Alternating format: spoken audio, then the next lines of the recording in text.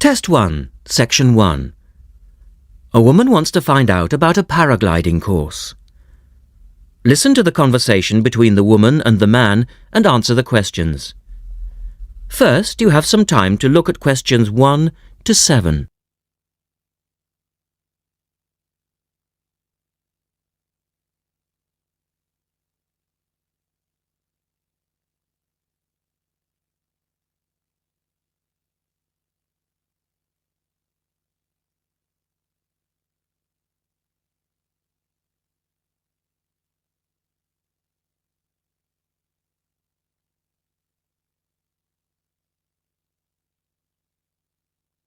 You will see that there is an example which has been done for you.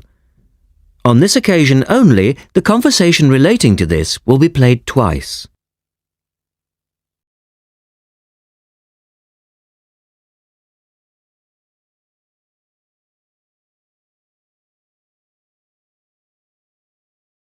Hello, Paragliders Paradise. How can I help you? Oh, hi. I'm interested in doing a course in paragliding. Which course are you interested in? Well, I'm not sure. What's available? Well, we've got the introductory course which lasts for 2 days.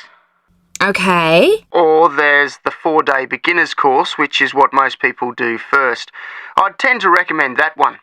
And there's also the elementary pilot course, which takes 5 to 6 days depending on conditions. We might try the beginner's course.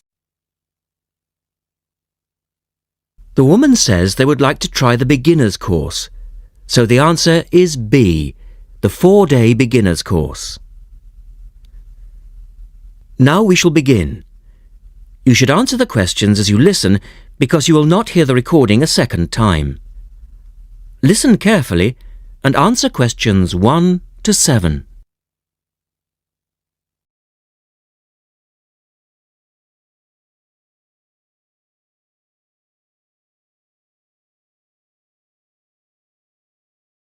Hello, Paragliders Paradise. How can I help you? Oh, hi. I'm interested in doing a course in paragliding. Which course are you interested in? Well, I'm not sure. What's available? Well, we've got the introductory course which lasts for 2 days. Okay. Or there's the 4-day beginner's course, which is what most people do first. I'd tend to recommend that one. And there's also the elementary pilot course, which takes 5 to 6 days depending on conditions. We might try the beginner's course. What sort of prices are we looking at? The introductory is $190. The beginner's course, which is probably what you'd be looking at, is $320. No, sorry, $330. It's just gone up. And the pilot course is $430. Right. And you also have to become a member of our club so that you're insured. That'll cost you $12 a day. Everyone has to take out insurance, you see. Does that cover me if I break a leg? No, I'm afraid not. It's only third party and covers you against damage to other people or their belongings, but not theft or injury. You would need to take out your own personal accident insurance.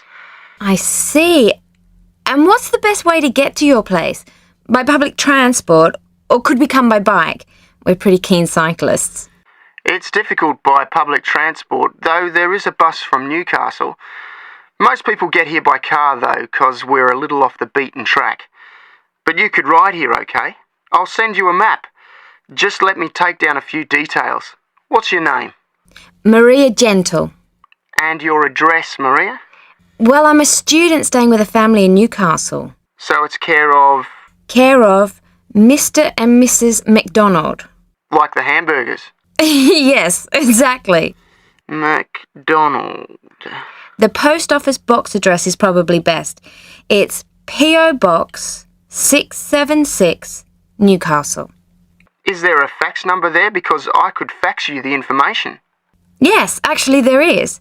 It's 0249, that's for Newcastle, and then 775431. Okay, now if you decide to do one of our courses, you'll need to book in advance and to pay when you book. How would you be paying? By credit card, if that's okay. Do you take Visa? Yes, fine. We take all major cards, including Visa. Okay then, Thanks very much. The girl is telling her friend about the course. Look at questions 8 to 10.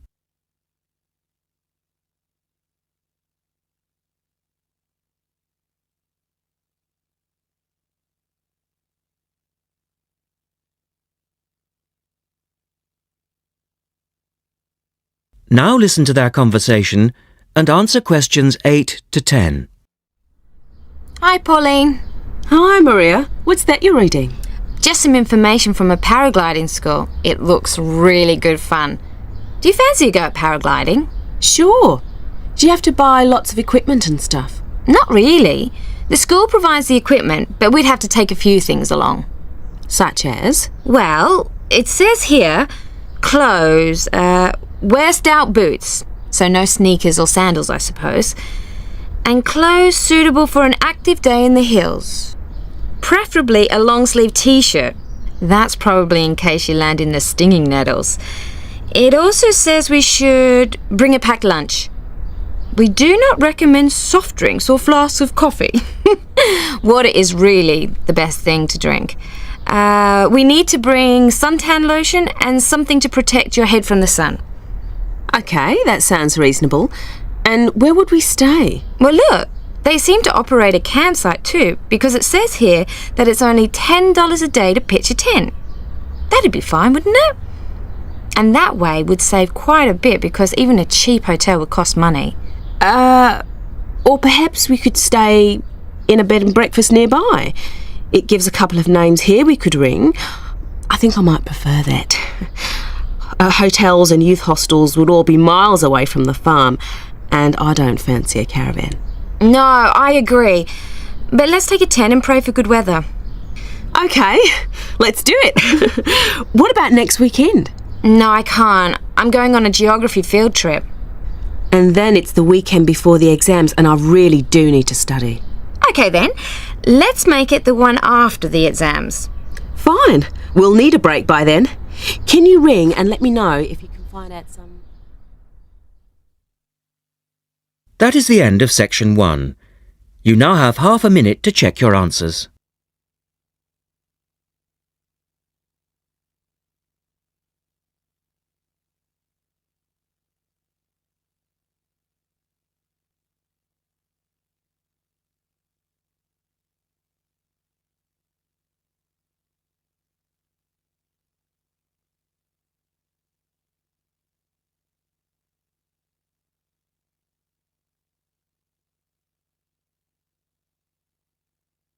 Now turn to section 2 on page 32.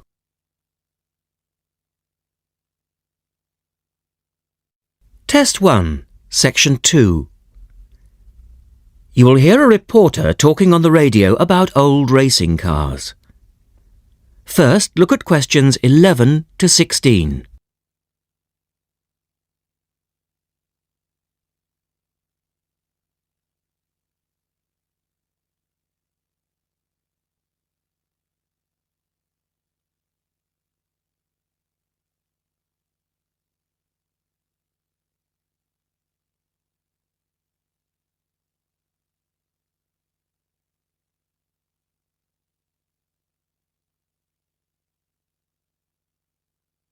As you listen to the first part of the talk, answer questions 11 to 16.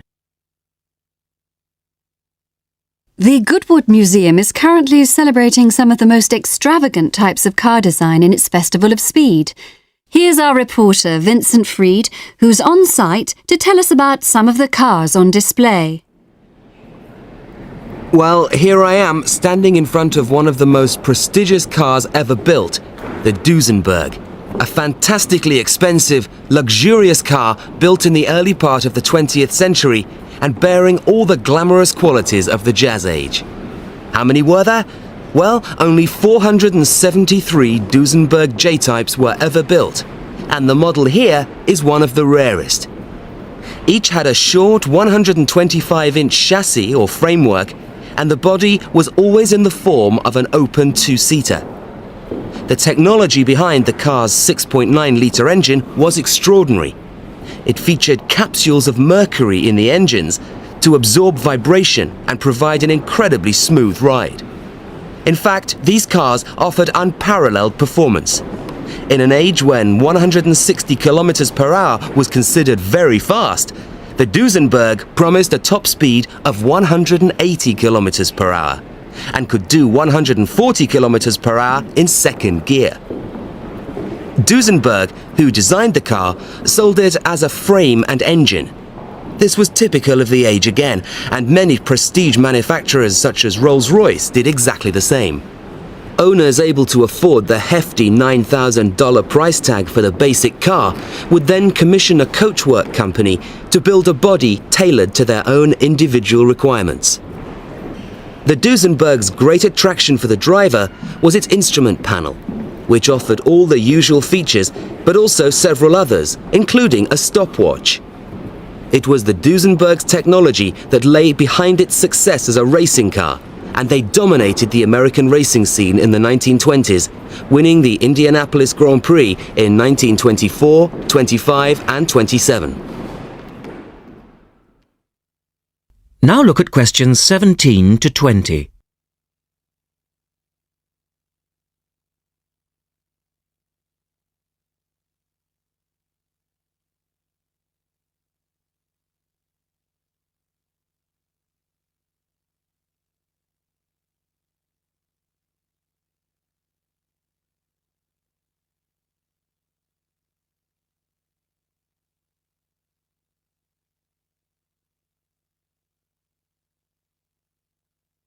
As the talk continues, answer questions 17 to 20. On to another celebrity, the 1922 Leia Helica. Only 30 of these French propeller cars were built, and the model here at Goodwood, which was the fourth to be made, is thought to be the only surviving example still capable of running. The brains behind this car was Marcel Leia, who was an aviation pioneer first and foremost, and the influence of flying is quite apparent in the car. The Leia very strongly resembles a light aircraft with its front propeller, but in this case, it's minus any wings, of course. It's quite odd to think that this car was whirring through France just as the Duesenberg was blasting down roads at 160 kilometers per hour across the Atlantic. The Leias were used regularly in France in the 1920s and were even produced in saloon and van form, as well as two-seater. The Leia matched its propeller drive with its equally bizarre steering, which used the rear rather than the front wheels. But despite looking rather frail, it was a tough machine. In fact, when troops tried to steal it during the Second World War, the car's baffling design was clearly beyond the would-be thieves, and it ended up being driven into a tree, breaking the propeller. And now for the Firebird. This extraordinary car was first... That is the end of section 2. You now have half a minute to check your answers.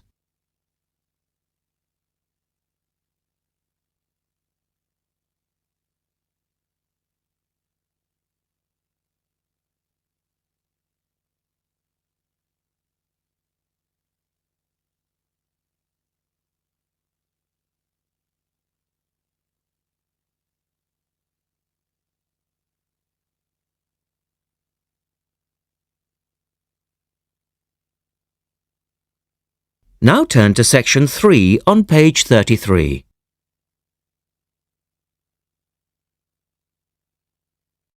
Test 1, section 3. In this section, you will hear a discussion between two students, Rosie and Mike, and a university tutor. In the first part of the discussion, they're talking about a survey they have conducted on local entertainment. First, look at questions 21 to 26.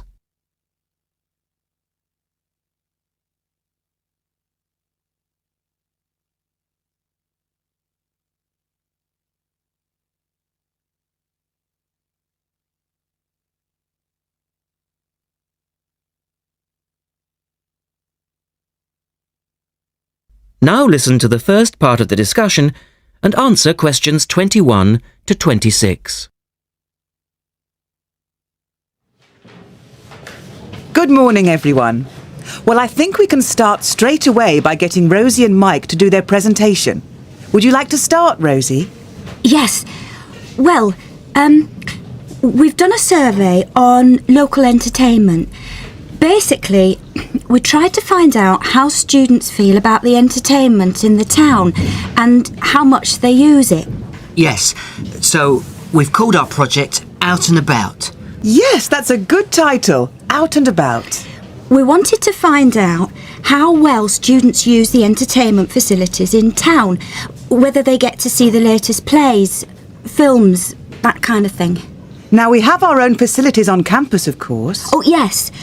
We deliberately omitted those as we really wanted to examine outside entertainment in the town as opposed to on the university campus. Actually, there were a lot of areas to choose from, but in the end, we limited ourselves to looking at 3 general categories: cinema, theatre and music. Right. OK, well, first of all, cinema. In the town, there are 3 main places where you can see films. There's the new multi-screen cinema complex, the old park cinema and a late-night Odeon. So, if you look at this chart, in terms of audience size, the multi-screen complex accounts for 75% of all cinema seats. The park cinema accounts for 20% of seats, and the late-night Odeon has just 5% of seats. As you probably know, the complex and the park show all the latest films, while the late-night cinema tends to show cult films. So, when we interviewed the students, we thought the complex would be the most popular choice of cinema, but surprisingly, it was the late-night Odeon. Yeah, and most students said that if they wanted to see a new film, they waited for it to show at the park, because the complex is more expensive and further out of town, so you have to pay more to get there as well. Yes, and that adds to the cost, of course, and detracts from the popularity, evidently. Well, next, we looked at theatres. The results here were interesting because, as you know, there's a theatre on campus which is popular, but there's also the Stage Theatre in town, which is very old and architecturally quite beautiful. And there's the large modern theatre, the Ashtop, that has recently been built. So you just looked at the 2 theatres in town? Yes, but the thing about the theatres is that there's a whole variety of seat prices. Also, the types of performance vary, so students tend to buy seats at both and like using both for different reasons. And if they want cheap seats at the Ashtop, they can just sit further from the front. What we did find that was very interesting is that there are periods during the year when students seem to go to the theatre and periods when they go to the cinema. And we really think that's to do with budget. If you look at this graph, you can see that there's a peak around November, December when they go to the theatre more, and then a period in April, May when neither is particularly popular. And then theatre viewing seems to trail off virtually, while the cinema becomes quite popular in June, July. I think you're probably right about your conclusions.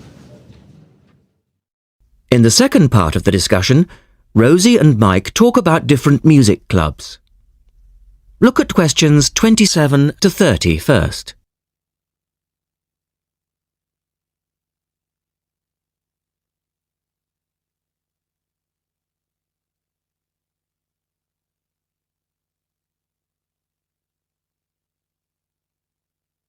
As you listen to the discussion, complete the chart about the different music clubs. Some answers have been done for you. Listen carefully and answer questions 27 to 30. Well, lastly, we looked at music, and this time we were really investigating the sort of small music clubs that offer things like folk or specialise in local bands. So not musicals as such? That's right. We looked at 3 small music venues and we examined the quality of the entertainment and the venue and gave a ranking for these. A cross, meaning that the quality was poor, a tick, meaning it was okay, and 2 ticks for excellent. First of all, the Blues Club, which obviously specialises in blues music. This was a pretty small place and the seating was minimal, so we didn't give that a very good rating. No, we don't recommend that one really. Then the Sansu, which plays a lot of South American music, was a big place, very lively, good performers, so 2 ticks for that one. The Pier Hotel is a folk venue, a good place for local and up-and-coming folk artists to play. Not the best of venues, as it's in a basement and a bit dark, but the quality of the entertainment was reasonable and the lighting was very warm, so we felt it deserved an average rating. Now finally, there's the Bald Rock Cafe, which features big rock bands and is pretty popular with students, and we enjoyed ourselves there as well, so top marks for that one. And then, did you get any information from the students as to which of the clubs they preferred? That is the end of section 3. You now have half a minute to check your answers.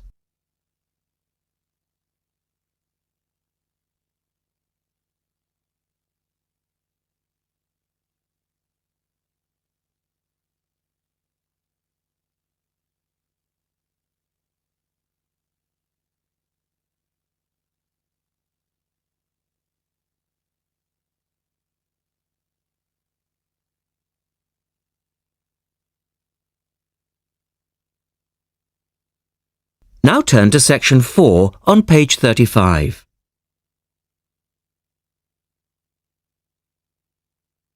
Test 1, section 4. You will hear a lecturer talking about dust storms. First, you have some time to look at questions 31 to 36.